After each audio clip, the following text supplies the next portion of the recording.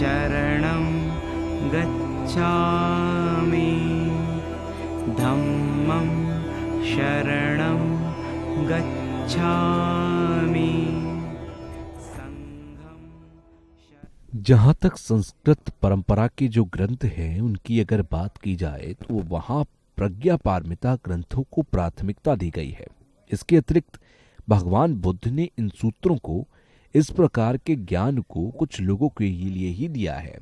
हाँ, भगवान बुद्ध ने 4 आदि सत्यों के उपदेश सर्वसाधारण जन के लिए दिए, उस प्रकार से ना देखते हुए कुछ खास लोगों में भी उसकी मनोवृत्ति के अनुसार ही इन प्रज्ञा पारमिता सूत्रों का उन्होंने उपदेश दिया है। क्योंकि प्रज्ञा पारमिता सूत्रों में अगर देखें तो उसमें बहुत बार ऐसा जिक्र आता है जैसे देवताओं का जिक्र, असुर, गंधर्व या फिर इत्यादि लोगों का जो जिक्र है, उनके नाम यहाँ पर जागृत होते हैं।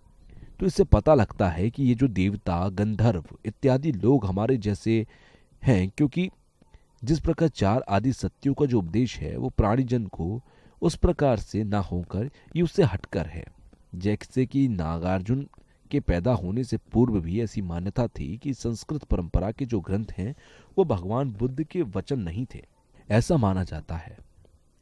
भाव विवेक इत्यादि ग्रंथों में भी ऐसा जिक्र देखने को मिलता है।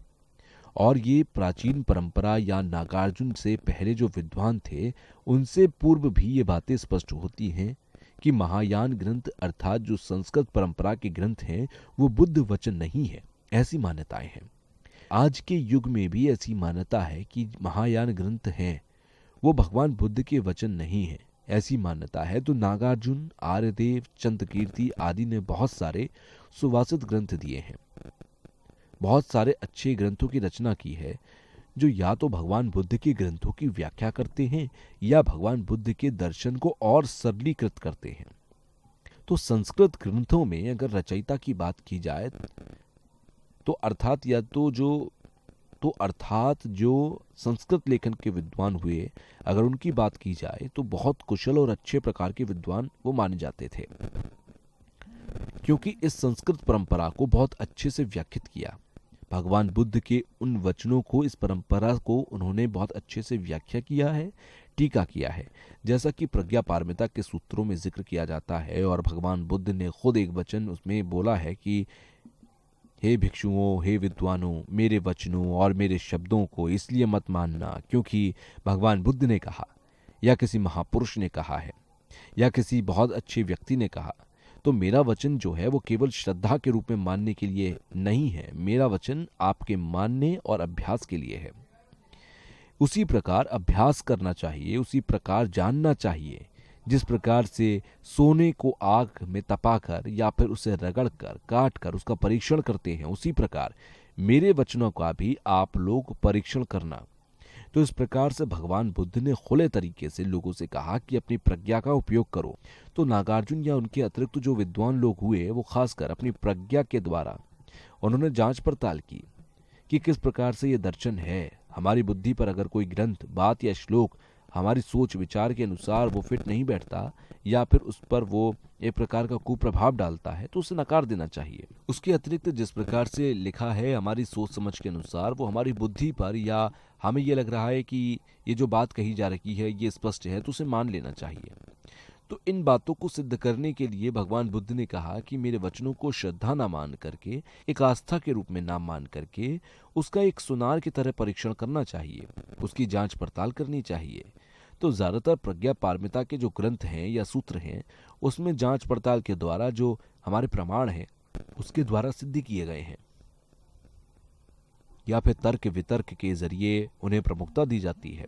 तो उसके बाद धीरे धीरे जो नालंदा परंपरा चली, जैसे नालंदा की परंपरा जहाँ पर बहुत सारे विद्वान उत्पन्न होते हैं और उन विद्वानों में भी कुछ अलग हुए, जैसे आर्यदेव, चंद्रकीर्ति इत्यादि वहाँ पर हुए हैं।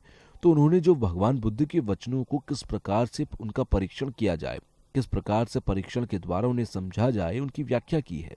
तो दिखनाक ने भी प्रमाण समुच्चय नामक ग्रंथ की रचना की, जो जितने प्रकार के भी प्रमाण हैं उनके एक प्रकार को आधार माना जाता है।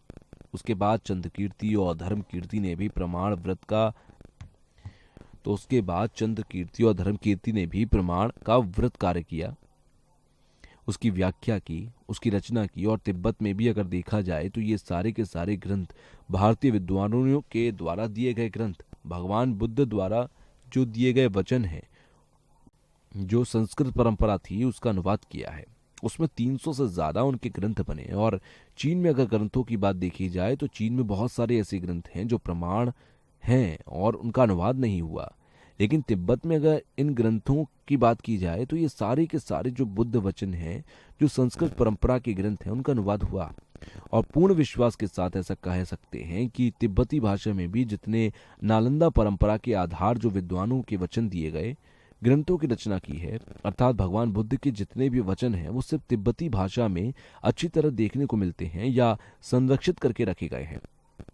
जो हिंदी की किताब दी गई हैं, जो 200 उसमें जो 277 नंबर का श्लोक है, उसके मुताबिक सारे संस्कार अनित्य हैं, यानी कि जो कुछ भी उत्पन्न होता है वो नष्ट जरूर होता है।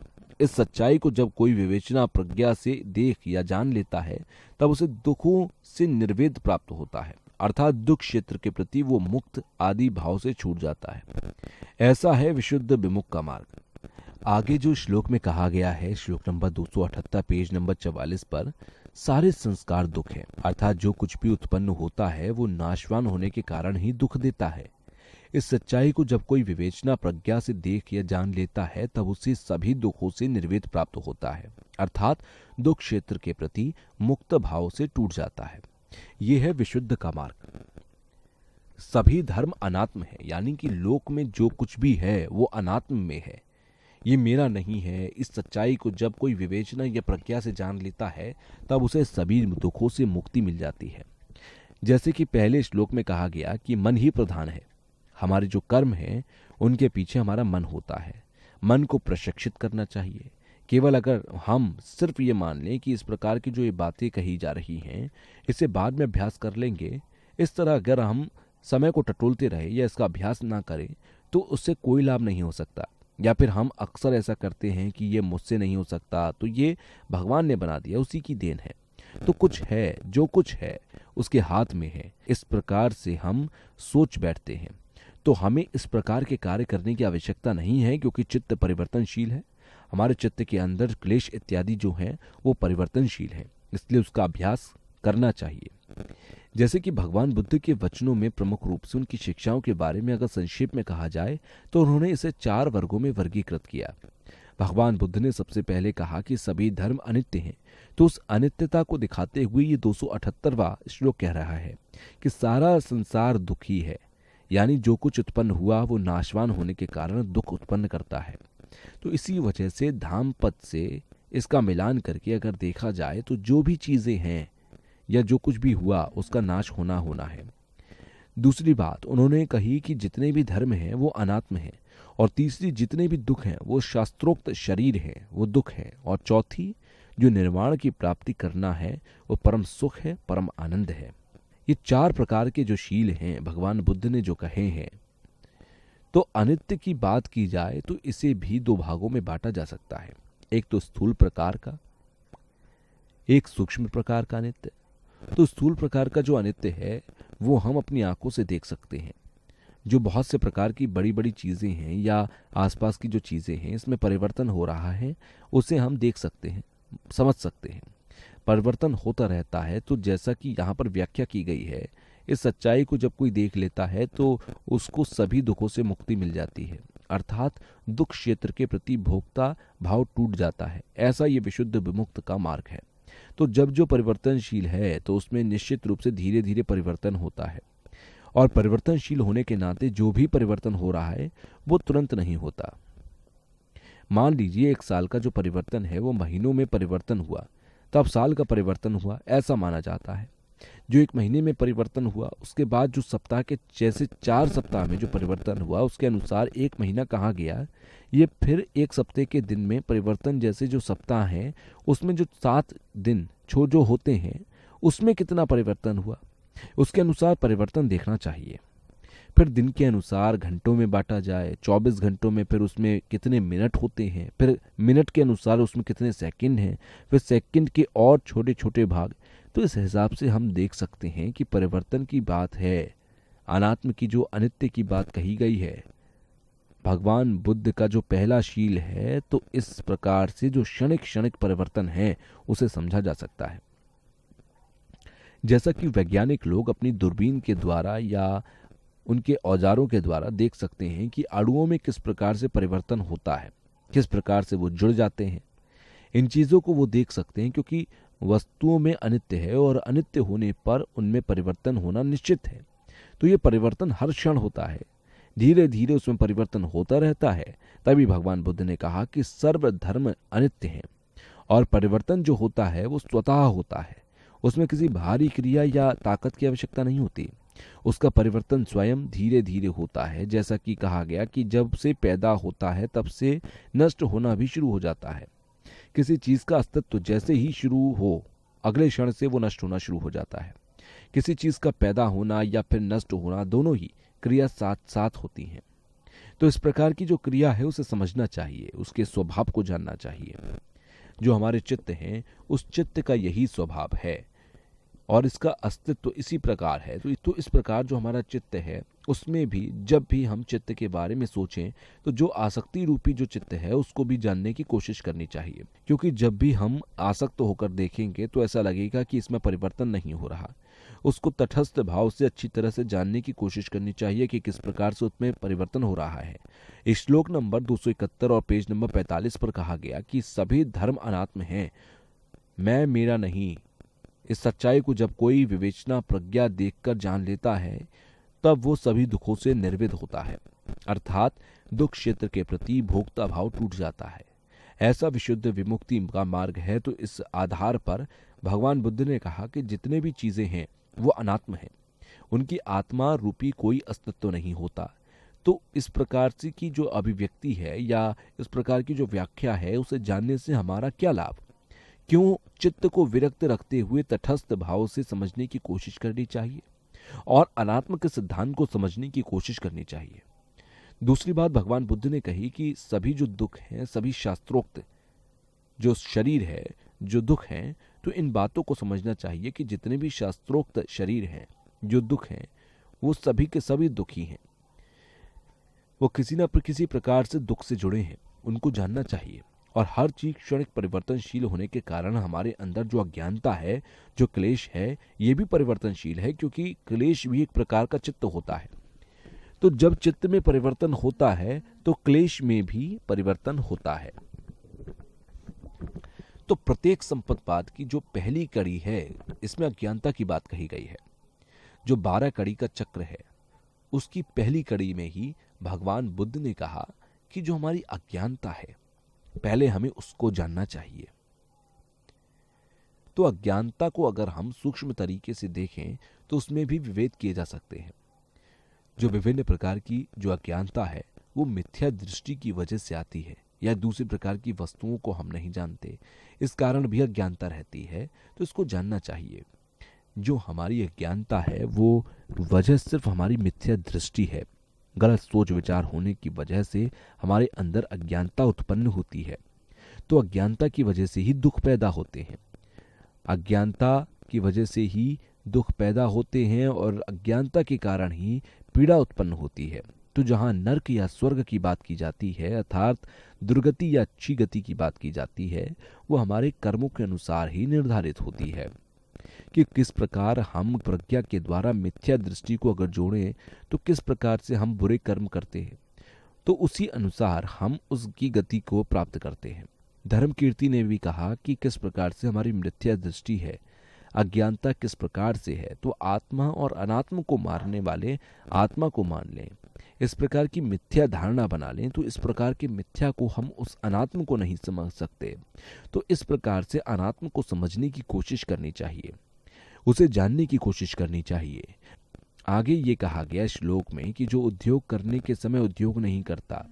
आगे श्लोक में ये कहा गया कि जो युवा उद्योग करने के समय उद्योग नहीं करता और बलशाली होने के बावजूद भी आलस करता है, मन के संकल्पों को गिरा देता है, निर्वीर्य रहता है, मेहनत नहीं करता, ऐसा आलसी इंसान प्रज्ञा का मार्ग धर्म नहीं पा सकता।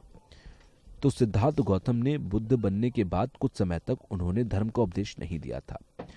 तो धर्म का उपदेश इसलिए नहीं दिया क्योंकि उनको सुनने वाले लोग नहीं थे, उनको ग्रहण करने वाले लोग नहीं थे। यहाँ कहा गया कि क्योंकि बुद्ध वचन काफी गंभीर थे, बौद्ध धर्म के जो ग्रंथ है या वचन है वो काफी गंभीर है, वो सामान्य रूप से समझ नहीं आ सकते। तो इस प्रकार से भगवान बुद्ध कुछ समय तक जो उन्होंने बुद्धत्व को प्राप्त किया वो लोगों को नहीं बताया। फिर लोगों ने उनसे अनुरोध किया कि भगवान आपने जो बुद्धत्व की प्राप्ति की है वो लोगों को सिखाएं, क्योंकि भगवान बुद्ध का दर्शन ऐसा नहीं है कि बिना अनुरोध किए या बिना कहे आप किसी को भी प्रवचन देने लग जाएं। जो पात्र है उसे भी और जो पात्र नहीं है उसे भी प्रवचन दें, तो ऐसा नहीं हो सकता। तो इसे मानते हुए भगवान बुद्ध ने सबसे पहले 4 आर्य सत्य से प्रारंभ किया। सबसे पहले दुख आर्य, मार्ग आर्य, सत्य, दुख का मार्ग, दुख के कारण जो 4 प्रकार के आर्य सत्य हैं, इसकी व्याख्या उन्होंने की। इन 4 आर्य सत्यों के अलावा उनके 4 उपवेद, तो 4 आर्य सत्य को देखा जाए तो 16 प्रकार के उपवेद हो जाते हैं। यहाँ मैं कहना चाहता हूँ कि भगवान बुद्ध के धर्म को अच्छी तरह जानने के लिए जो मूलभूत बातें हैं उनको समझना चाहिए, उसको अलग तरीके से जानना चाहिए। ऐसे 4 आर्य सत्य जिनका उपदेश भगवान बुद्ध ने सबसे पहले दिया। 4 आर्य सत्यों के 4 अलग अलग उपवेद हैं। पहला दुख आर्य सत्य को उसके अंदर भी प्रकार किए गए हैं, जैसे दुख, शून्यता और अध्यात्म। इसी प्रकार से जो हमारे अन्य 3 प्रकार के सत्य हैं उसमें भी अलग अलग विभेद हैं। इसको आप लोगों को जानना चाहिए और हो सके तो आप इन्हें हमेशा याद रखें। हमें एक तो इनकी विशेषता का ध्यान रखना चाहिए, दूसरा इनके कार्य के आधार पर कि किस प्रकार से है, पहले दुख को जानना चाहिए। जहां तक ये 4 आर्य सत्य हैं, इनका अभ्यास करने से दुख का अंत हो सकता है। बिना इसकी विशेषता समझे इन्हें जाना नहीं जा सकता। इसलिए इसको जानने से पूर्व हमें अच्छी तरह से विचार करना चाहिए। जैसे कि कहा गया है कि दुख को जानो, दुख को जानने के बाद दोबारा जानने की आवश्यकता नहीं पड़ेगी। इस प्रकार से यहाँ व्याख्या की जाती है। कहा गया कि एक बार मार्ग का अभ्यास करने के बाद दोबारा इसकी आवश्यकता नहीं है। तो इस प्रकार इन आर्य सत्यों को जानना चाहिए। कहने का मतलब यह है कि बुद्धत्व को अगर एक बार जान लिया जाए तो दोबारा आवश्यकता नहीं होती। हमारे सारे क्लेश नष्ट हो जाते हैं। इनके अर्थ को गंभीरता से समझना चाहिए, क्योंकि जैसा कि कहा जाता है कि हमारा चित्त या मन भी अनुगामी होता है। दुख और सुख हमारे मन के कारण उत्पन्न होता है। तो इन परिस्थितियों को जानने की कोशिश करनी चाहिए। बौद्ध धर्म के अनुसार जिन 4 सत्यों की व्याख्या की गई उन पर भी सिद्धांत लागू होता है।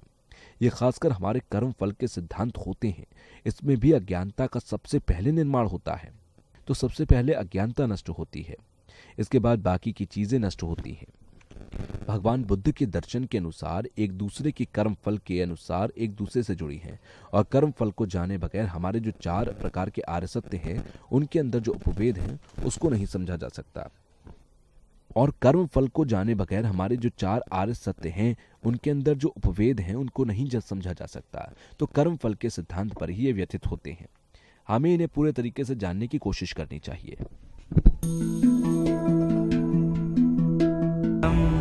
शरणं गच्छामि, धम्मं शरणं गच्छामि,